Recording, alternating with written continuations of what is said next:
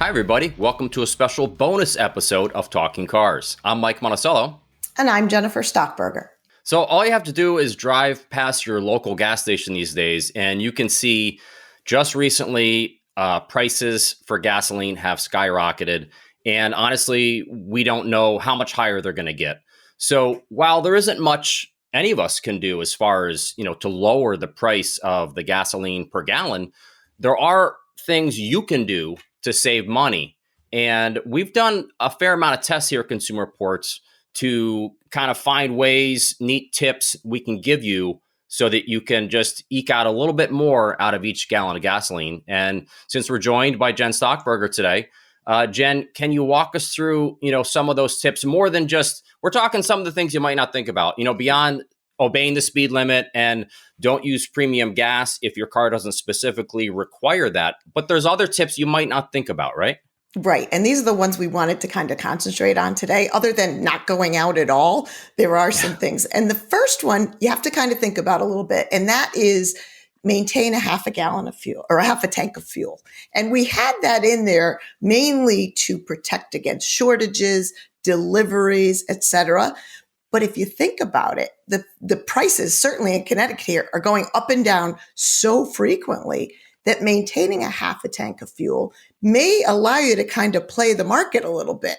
When it's up to $4.22 on Monday, maybe you don't fill up that day. But when it's down to $3.73 on Thursday, maybe that's the day you go and top off your tank. So it protects you a little bit, obviously, from delivery, but also lets you play the price game a little bit by just keeping some fuel there.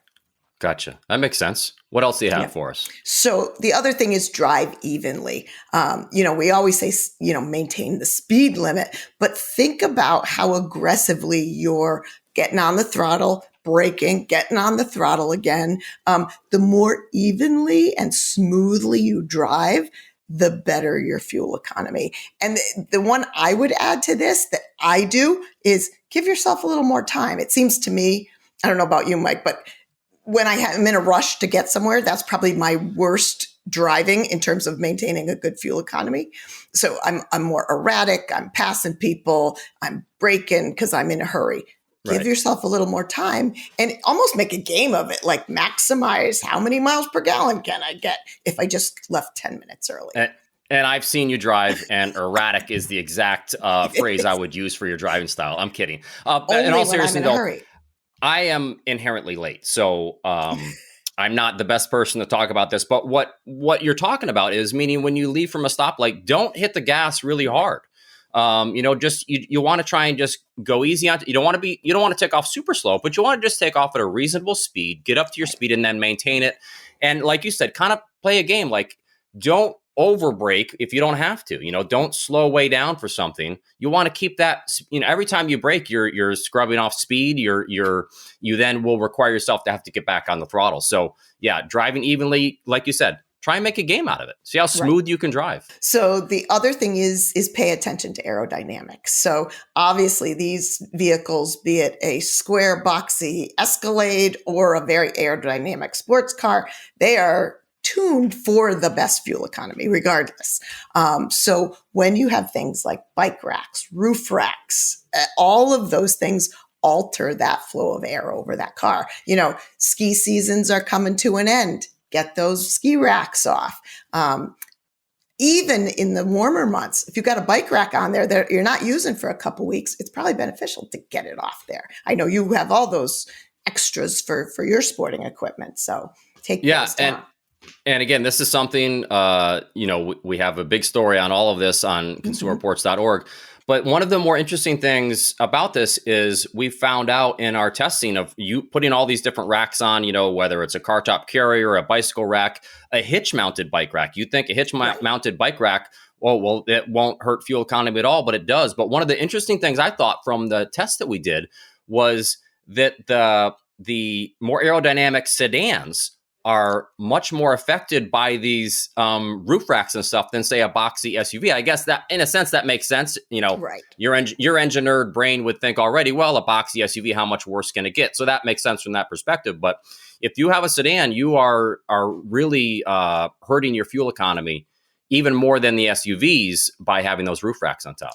Right. It's about coefficient of drag. You know, the big SUV is already a box. It's already got a lot of drag. The nice smooth Camry. So we tested a RAV4 even lost 7 miles per gallon with the mountain bikes and roof rack. The Ultima that we tested lost 13 miles per gallon because it already had a smoother laminar flow, and we disrupted that more so. Right. So it actually hurt the Ultima more. Yep. Right. It's something to think about, you know? Something to think about and get those racks off. Other thing, we'll channel our inner Ryan Pizlkowski is check your tire pressure. Again, rolling resistance, that force to keep a tire rolling, directly related to tire pressure. If you are underinflated, that rolling resistance is higher. It affects fuel economy. So a lot of people have put their pressures up to compensate for winter months.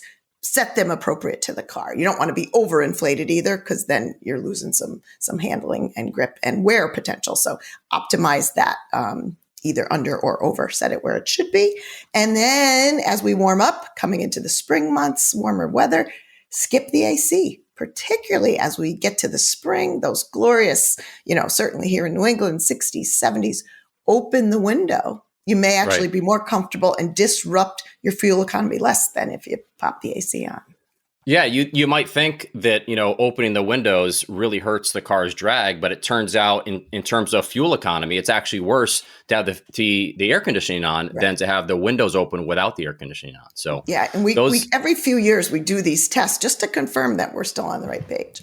Yeah.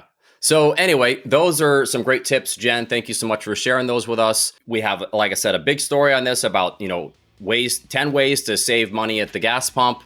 And that's on consumerreports.org. And don't forget, if you have any questions or comments, you can reach out to us at talkingcars@icloud.com. Thanks so much for watching, and let's all try and save some gas out there, okay? And we'll see you next time.